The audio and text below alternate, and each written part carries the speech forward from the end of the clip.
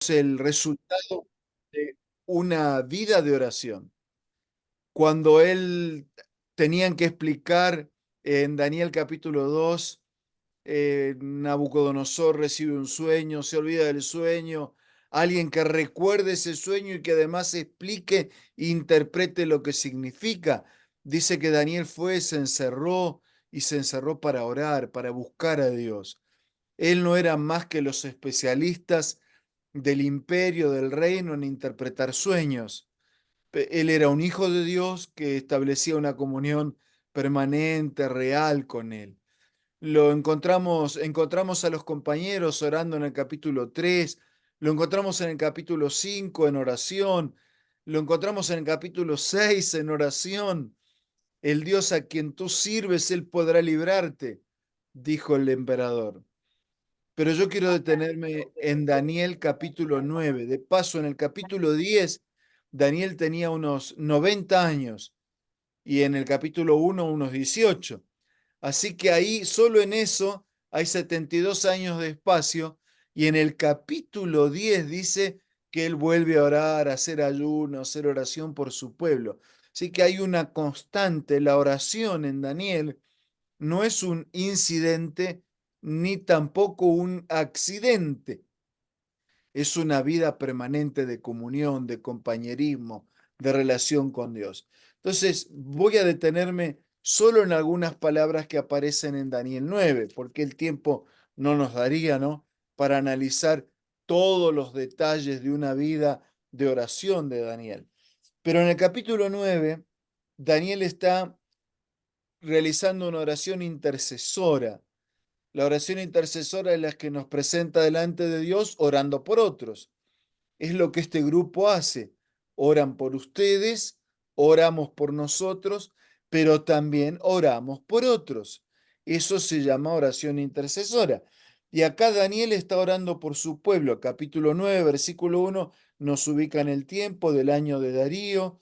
Era el primer año, miró los libros y dice el versículo 3, volví mi rostro a Dios, el Señor, buscándolo en oración, ruego, ayuno, ropas ásperas y cenizas. Yo voy a continuar con la lectura y la meditación sobre algunos de estos conceptos. La palabra hombre, de la cual viene antropología, estudio del hombre, antropología viene de hombre. La palabra original, antropos, esa palabra significa ser que tiene el rostro vuelto hacia lo alto, hacia arriba.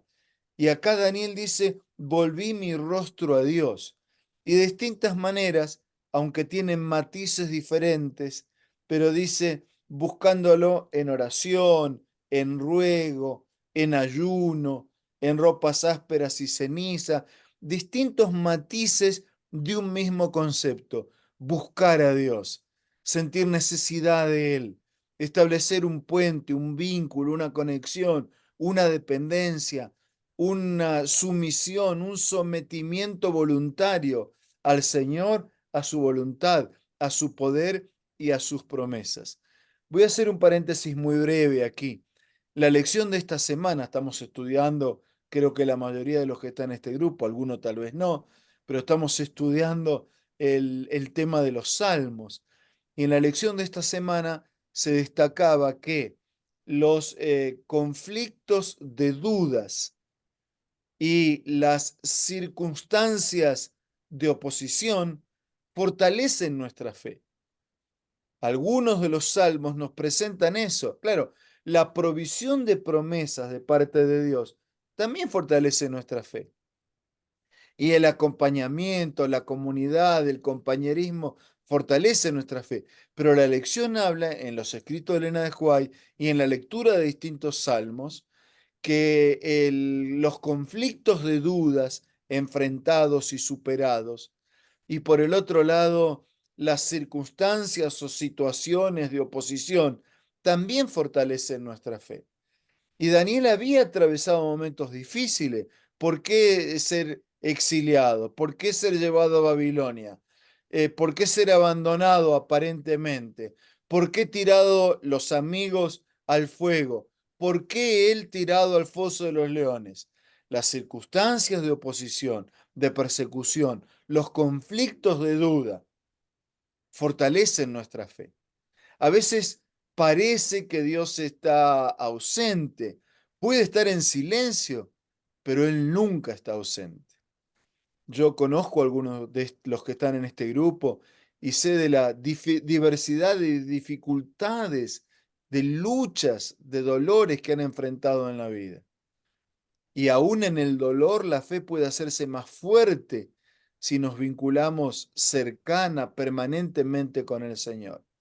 Y Daniel dice, yo volví mi rostro a él. En realidad su vida fue eso, fue volver su rostro a Dios, mirar a Dios, caminar con Dios, vivir con Dios. Y cuando uno hace eso, piensa en Dios y piensa en nosotros. Eso es lo que le pasó a Daniel. Y Daniel dice, oré a Jehová mi Dios y hice confesión. Señor, Dios grande, digno de ser temido, que guardas el pacto y la misericordia con los que te aman y guardan tus mandamientos. O sea, él va a destacar, ahora va a reconocer quién es Dios. Establece un puente criatura, creador, y destaca quién es Dios.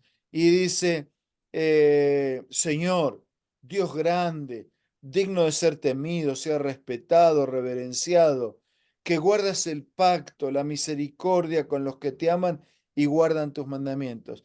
Y después de mirar a ese Dios soberano, a ese Dios grande, ese Dios fiel, a ese Dios justo, entonces Daniel mira para él y mira para su pueblo y de 6 maneras diferentes reconoce la necesidad del Señor y dice así, versículo 5, hemos pecado, hemos cometido iniquidad, hemos actuado impíamente, hemos sido rebeldes, nos hemos apartado de tus mandamientos y ordenanzas y no hemos obedecido a tus siervos, los profetas, y el mensaje que trajeron. De 6 maneras diferentes, Daniel dice, hemos. En la oración intercesora nos incluye, ¿no?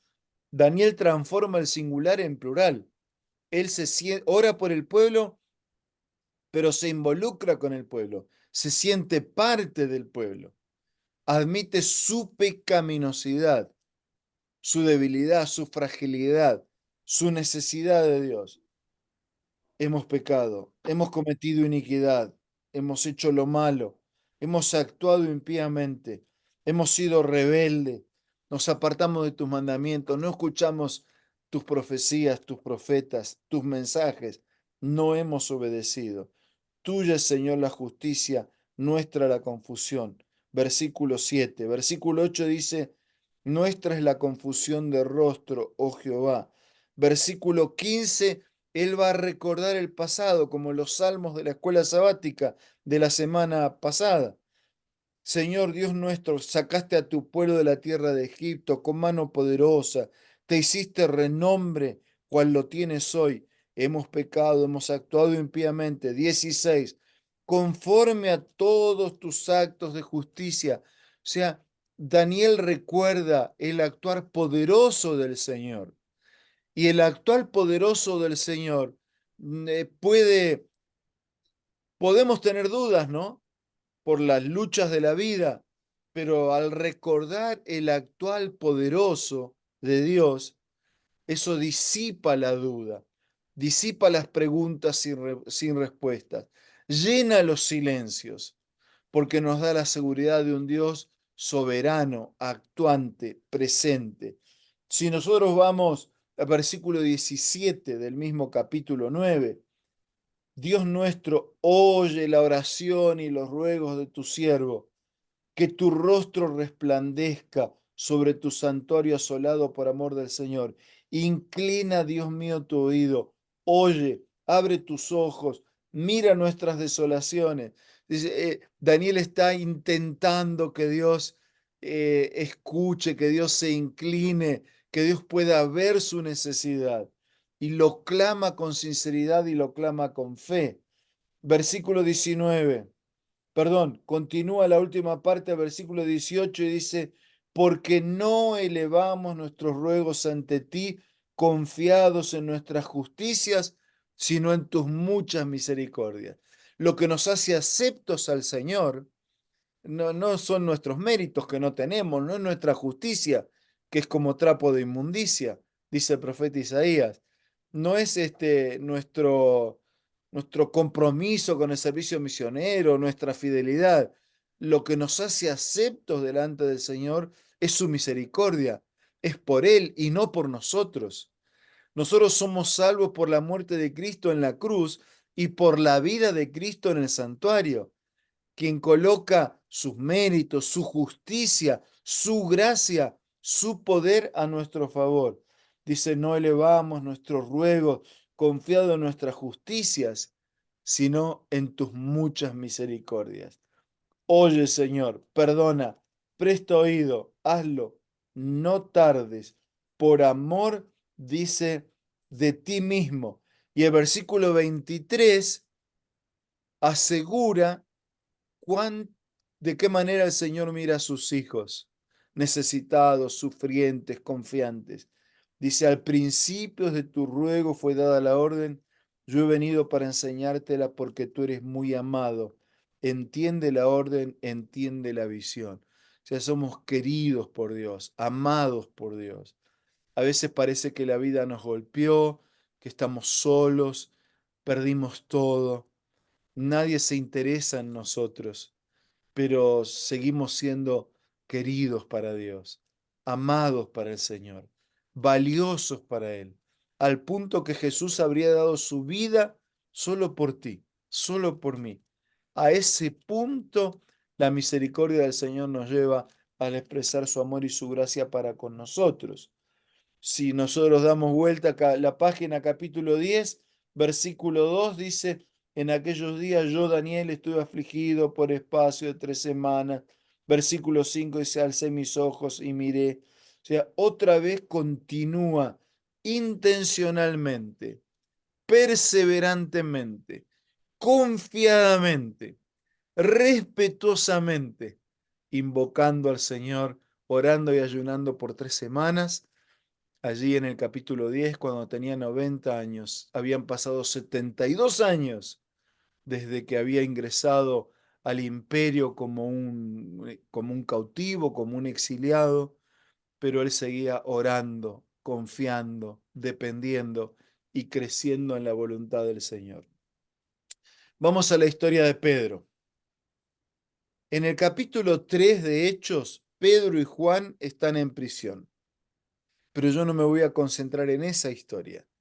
Solo quiero recordar algunos incidentes. En el capítulo 1 de Hechos se promete el Espíritu Santo. Dice, quédense aquí, recibirán poder y serán testigos. Primero recibir, después ser. El ser testigo es una consecuencia de recibir el Espíritu. Recibirán poder, serán testigos en Judea, en Jerusalén, Judea, Samaria, hasta lo último de la tierra. En el capítulo 2 nos encontramos con una iglesia que crece hacia arriba en comunión con Dios, en la doctrina, que crece hacia adentro en compañerismo, que crece hacia adentro en la alabanza a Dios, en el culto, en la adoración, que crece hacia afuera en testimonio, en servicio, y que crece también numéricamente. El capítulo 2 dice, el Señor añadía a la iglesia cada día los que habían de ser salvos. Y hay 3.000 bautizados, y después hay 5.000 bautizados, y el libro de Hechos dice, y el número de discípulos crecía, y el reino del Señor y la iglesia aumentaba. En el capítulo 3, Pedro y Juan predican, hacen su testimonio, eh, de alguna manera son utilizados por Dios para curar a aquel hombre que no caminaba. No tengo plata ni oro, pero lo que tengo te doy. En el nombre de Jesucristo, levántate y anda. Como resultado de ese milagro y de esa predicación, terminaron en la cárcel. Fueron liberados de la cárcel, no había demasiados motivos para retenerlos, pero Herodes, que fue el responsable de la prisión de Pedro en el capítulo 3, no es que quedó con la sangre en el ojo, ¿no? Pero no se le escapaban a sus súbditos. Así que en el capítulo 12 de Hechos, bajo la orden de Herodes, ocurren algunas cosas. Y entre esas cosas que ocurren está una nueva prisión para Pedro. Y en el pensamiento y en la intención de Herodes, esa prisión sería definitiva. Vamos a leer Hechos 12. 1. En aquel mismo tiempo, el rey Herodes echó manos a algunos de la iglesia para maltratarlos. Mató a espada a Jacob, hermano de Juan, y al ver que esto había agradado a los judíos, procedió también a prender a Pedro. Eran los días de los panes sin levadura, eran las dos fiestas, venía la Pascua también. Así que él dijo, esto lo mataron ahora, y a Pedro lo puso en prisión para poder ejecutarlo después de la prisión, ¿no? Como el postre final de aquellas fiestas. Así pensaba este cruel emperador Herodes. Versículo 4 dice, tomándolo preso, lo puso en la cárcel, entregándolo a 4 grupos de 4 soldados cada uno para que lo vigilaran, y se proponía sacarlo al pueblo después de la Pascua. Así que Pedro estaba custodiado en la cárcel, pero la iglesia hacía sin cesar oración a Dios por él. Otra vez aquí la oración intercesora. Un Pedro confiante en la voluntad y en los propósitos de Dios y una iglesia que está orando por Pedro. Es interesante que el relato nos va a ir mostrando la actitud de unos y la actitud de otros. Por un lado, Herodes, que toma recaudos mayores. O sea, no solamente fue colocado en una cárcel de extrema seguridad, cavada en la montaña, con puertas intermedias que actuaban de recursos mayores de protección, pero además dice que le puso 4 grupos de 4 soldados, o sea, 16 soldados adicionales, ¿no? Además de ser una cárcel de extrema seguridad, acabada en la montaña, de tener varias puertas intermedias que aumentaban la seguridad, le puso 16 soldados de custodio en contraste con todo el poderío e intención de Herodes, una iglesia orando, confiada. Versículo 6. Cuando Herodes lo iba a sacar, aquella misma noche estaba Pedro durmiendo entre 2 soldados, sujetos con 2 cadenas, y los guardias delante de la puerta custodiaban la cárcel. Ahora miren, es la última noche, al otro día lo iban a liberar para su ejecución.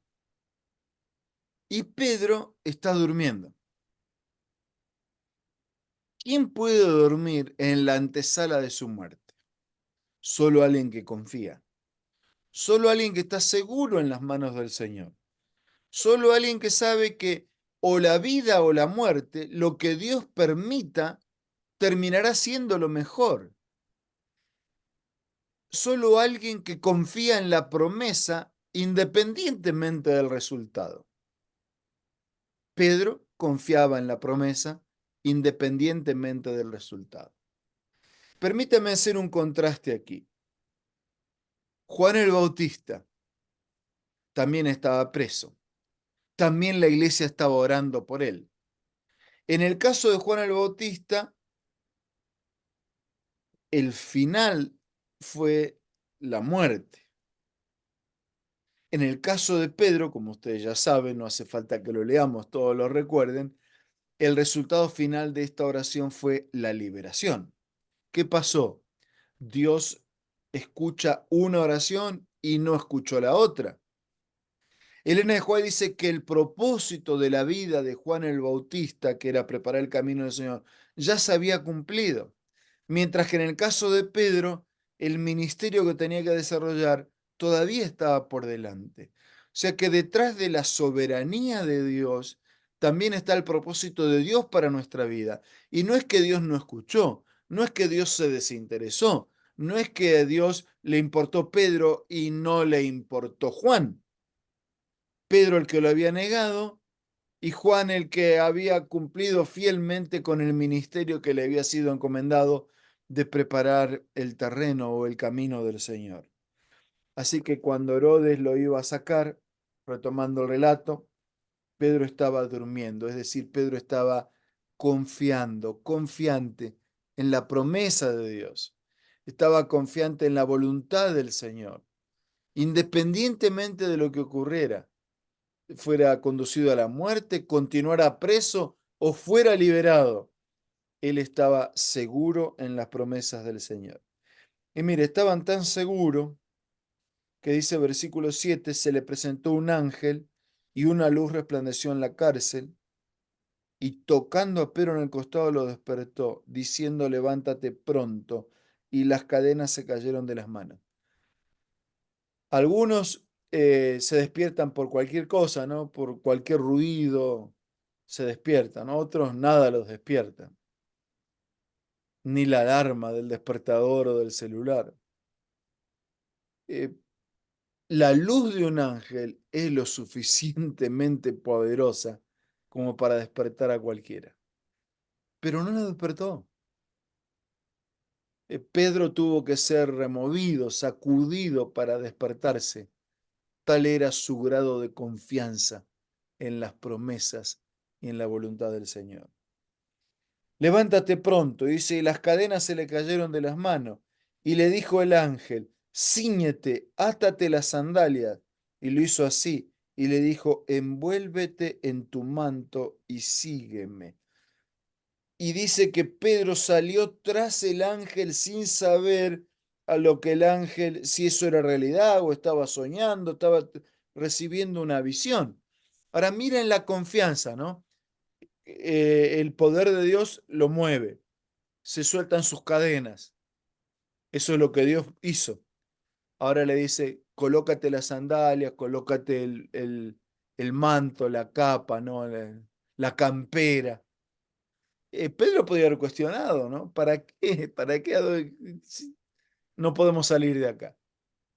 Pero no cuestionó nada, porque quien ora y quien confía, entonces tiene que actuar en consecuencia. Hay que ponerse la sandalia, hay que ponerse la sandalia, hay que ponerse la campera, hay que ponerse la campera, hay que caminar siguiendo al ángel, hay que caminar siguiendo al ángel.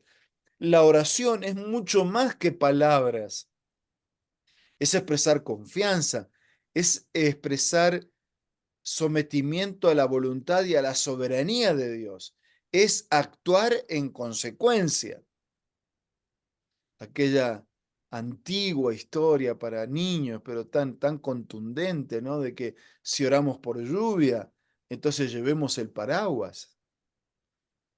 Pero también podría ser que orando por lluvia Dios considere que hay algo mejor para nosotros que la lluvia, o que ese no es el tiempo para la lluvia.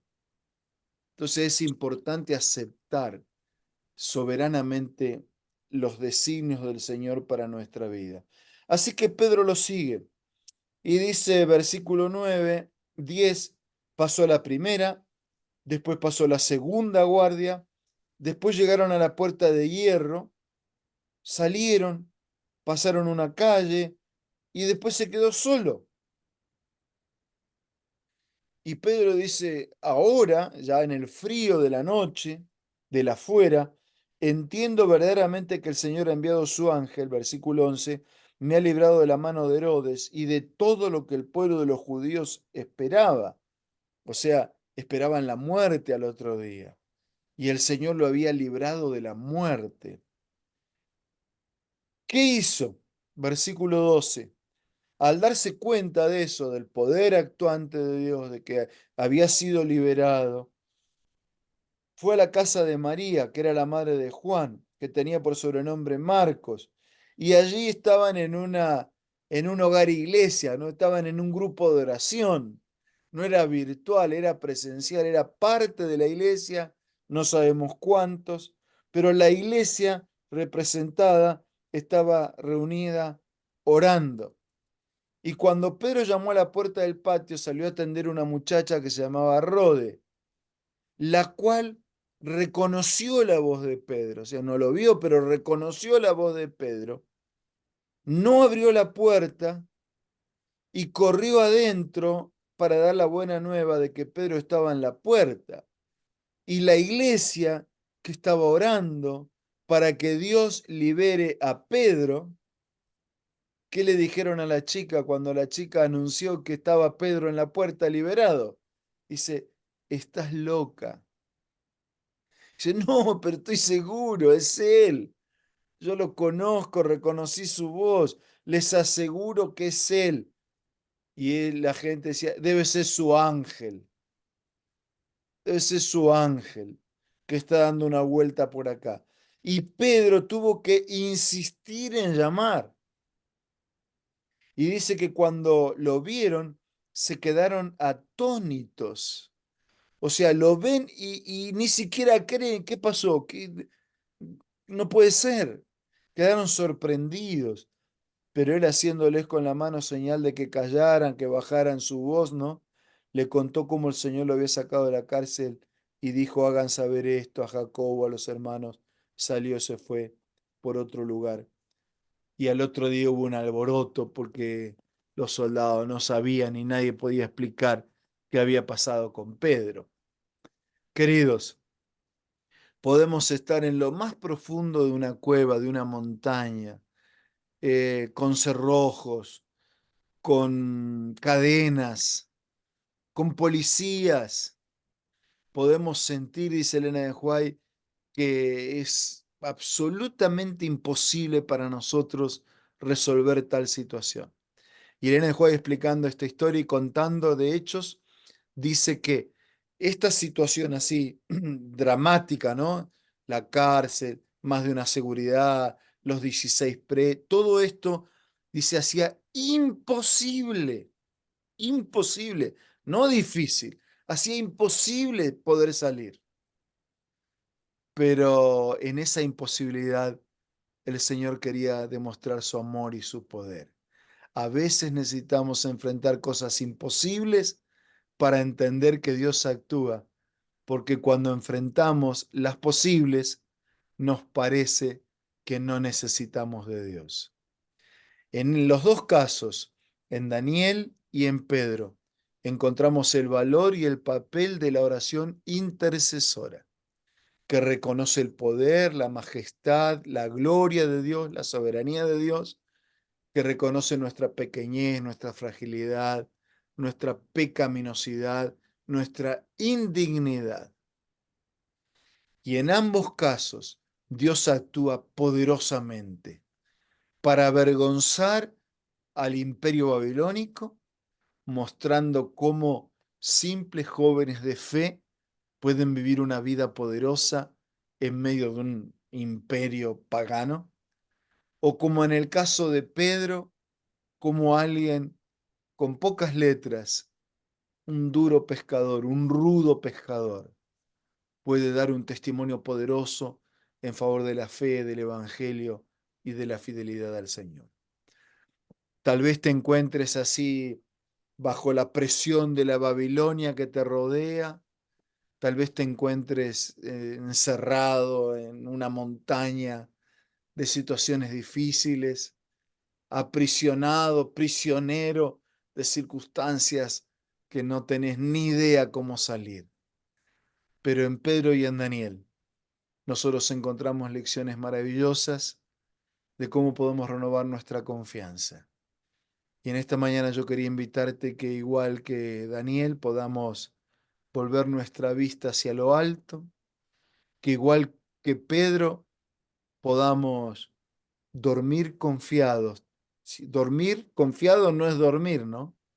Porque después Pedro tuvo que calzarse, ponerse la campera, caminar, seguir, que podamos sentirnos confiados delante de las promesas del Señor para enfrentar las luchas, las cargas de este día, de cada día, podamos ser vencedores en el Señor. Te voy a mandar un mensaje al Nuestra- teléfono. que nuestra vida de oración nos haga fuerte en las promesas, fieles en el testimonio, urgentes en la testificación y predicación del Evangelio para que muy pronto todos sean liberados de Babilonia, todos sean liberados de esta cárcel de pecado y podamos alabar, adorar, vivir con el Señor por toda la eternidad.